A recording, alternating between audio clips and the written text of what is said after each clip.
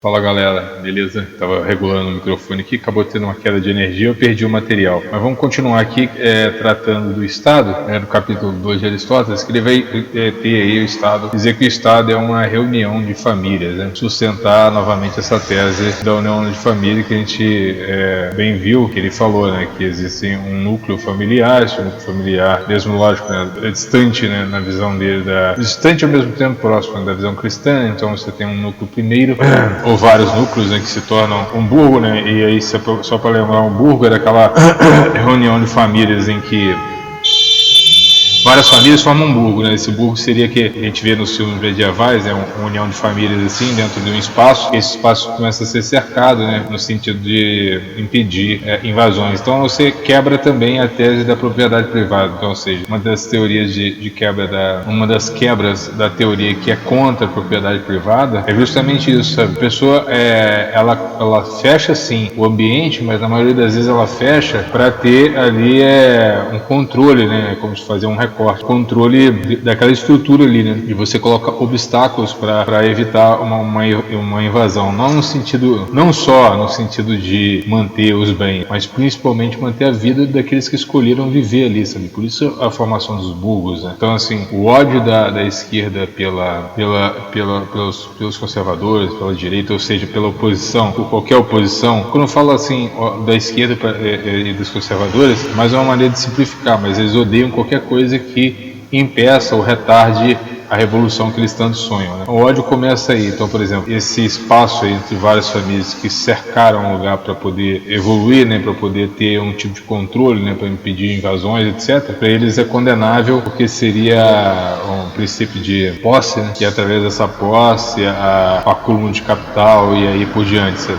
Então, assim, já dá para fazer uma reflexão até mesmo nesse sentido. Depois ele coloca o senhor e aí o homem como esse senhor, e a partir da visão desse senhor constrói aí uma hierarquia, que também hierarquia é uma palavra que é hostil para a esquerda, né? Para eles todo mundo deve ser nivelado, geralmente nivelado por baixo, porque o Estado quer riqueza não é infinita, né? O Estado oscila, né? E quando oscila, né, como a economia não é uma economia justa e como ela sempre oscila, que o mundo também não é justo e os governos do mundo eles não coincidem, então assim o governo socialista sabe disso e ainda assim permanece com a sua ideia louca de nivelamento, né, porque é preciso amansar o povo, saber fazer eles criar o impossível, né, que seria o desapego ao conforto, né, e aí que esse conforto eles pode chamar de capital, etc. Então assim, você só faz um desapego ao conforto por meio de repressão. Então assim, eu não entendo como é que é difícil para a esquerda, sempre foi difícil para ela entender esse tipo de conversa, né. Então, seguindo aqui, então, para que servem os bens para Aristóteles? Para ostentar o capitalismo, para sustentar o capitalismo, para promover injustiça? Não. Aí, abre aspas, ora, servindo os nossos bens para a manutenção da família, a arte de adquiri-los também faz parte da economia, porque sem os objetos de primeira necessidade, os homens não saberiam viver. E o que é mais viver felizes? Então, Aristóteles, e isso é uma coisa que ele repete sempre, vida boa é uma vida feliz. E para eles era preciso que os homens criassem meios para manter seus objetos, né? Objetos que demandaram custo, né? Então, enquanto as outras pessoas que eles julgam também, vamos dizer, quando eles invertem isso, pegam pessoas que eles não sabem por onde andavam, e aí do nada aparecem querendo bens, e aí no caso da esquerda eles acreditam ser injusto aquele que não reparte, mas enquanto essa pessoa estava, sabe lá fazendo o que, esse homem estava com o ambiente ali, aquele recorte fechado, delimitado, principalmente para manter sua proteção, mas principalmente para ter aí um mínimo de sossego para poder desempenhar suas funções, seja na construção do próprio equipamento, seja bélico ou seja de trabalho. Então é preciso que se demarque um espaço, né? Assim como existem 4 paredes para fechar um cômodo e aí a porta, você também ter seu mínimo de privacidade, não ser interrompido, nem ser roubado. Se fosse assim, é engraçado quando os esquerdistas falam sobre isso, eles falam disso porque isso agrada, soa bem aos ouvidos e tal, né? Assim como os seres, mas ao mesmo tempo à noite eles têm segurança, na maioria das vezes quando são políticos mesmo, ou eles andam armados, ou até mesmo a questão, eles têm lá nas suas propriedades ali, nem que seja o seu cercado, a sua janela, a sua porta, que permite aí o mínimo de comodidade no sentido de segurança. Mas são os mesmos que atacam qualquer tipo de manifestação pró-segurança, e Aristóteles sabia disso, por isso que ele disse que, vou ler de novo se todas as artes precisam de instrumentos próprios para o seu trabalho, a ciência da economia doméstica também deve ter os seus. Os instrumentos, uns são animados, outros inanimados. Por exemplo, para o piloto, o leme é um instrumento vivo. O operário nas artes é considerado um instrumento. Do mesmo modo, a propriedade é um instrumento essencial à vida. A riqueza, uma multiplicidade de instrumentos. Como instrumento, o trabalhador é sempre o primeiro entre outros. Mas aqui ele já inclina para essa visão socialista, o trabalhador sendo instrumento, mas antes que algum socialista reclame isso, pode ver que hoje em dia não é mais, né? E hoje em dia os instrumentos estão na mão aí dos novos, da Revolução 4.0, né? 4.1, 1.4, 4.0, que coloca aí as máquinas, a automação como instrumento. O homem cada vez menos tem valor de mercado, né? Cada vez menos é utilizado e tal. E isso é o progresso, né? Então assim, é engraçado que quando eles tratam de progresso, se for um progresso que atrapalha a revolução, eles também reclamam, mas não foi essa parte que eu li. Ora, servindo os nossos bens para a manutenção da família, a arte de adquiri-los também faz parte da economia, porque a arte de adquiri-los também faz parte da economia, porque sem os objetos de primeira necessidade, os homens não saberiam viver e quer mais. Viver felizes. E aí segue, né? Ele continua mais um pouco aqui. Os instrumentos propriamente ditos são instrumentos de produção. A propriedade, ao contrário, é simplesmente de uso. Então, fica claro que, além de tudo, ele era um defensor aqui da propriedade privada, que seria um instrumento de uso. Você precisa de um espaço físico para fazer qualquer tipo de atividade. Se esse espaço não for delimitado, o caos se instala, e aí os injustos tomam o poder. Sabe? Essa é a questão da prevenção, né? Da prudência. Mais adiante, Aristóteles vai tratar da questão de autoridade e obediência, que compõe também uma ideia de hierarquia. É claro que existe o excesso, né, que a gente vai ignorar aqui, o que também é polêmica, porque o período de Aristóteles também é um período em que acontecia escravidão por questões das guerras, né? Os derrotados de guerra se transformavam muitas vezes em escravos e tal, e como assim é um assunto bem específico essa questão da escravidão, que sempre vai fazer lembrar ou remeter a alguma coisa mais recente dos nossos dias, que acaba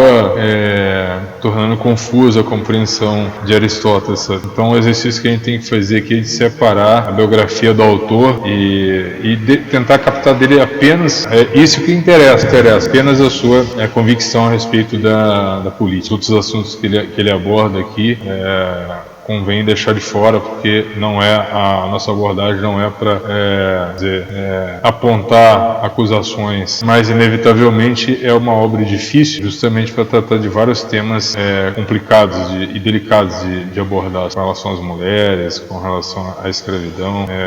Mas ele vai taxar aqui algumas coisas com relação à autoridade, que monta uma espécie de confirmação da necessidade na cabeça dele de hierarquia, e é claro que as obediências elas mudam, né? Hoje em dia é muito mais flexível com relação a isso, mas antigamente, na idade dele, não era flexível, não. Era mais uma coisa ou outra, né? Só também fala num negócio que tem a ver com a atualidade, quando ele fala de homens corruptos, né?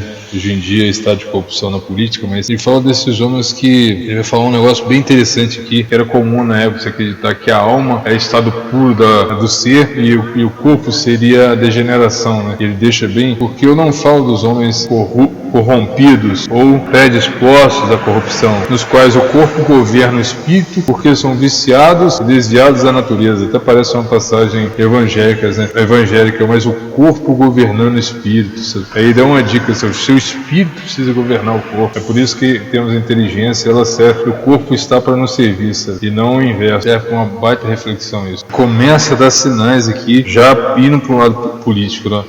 Abre aspas, o entendimento governa o instinto, então o raciocínio, o entendimento governa o instinto. A gente vive numa sociedade toda governada pelo instinto, né? O instinto manda, né? É sempre a primeira sensação que é a verdadeira, né? Sempre como verdadeira, sem passar pela razão. Aí ele falando aqui, o entendimento governa o instinto, como o juiz os cidadãos, e agora em destaque, e um monarca aos seus súditos. Então tá aí a primeira traço aí de falar de monarca, né? Um grande líder, um rei, um monarca aos seus súditos. Eu não sei se ele era monarquista, mas pelo menos ele deu um indício aqui. Ele completa, que fica gravado entre aspas. É claro, pois, que a obediência do corpo ao espírito, da parte afetiva à inteligência e à razão, é a coisa útil e conforme com a natureza. A igualdade ao direito de governar,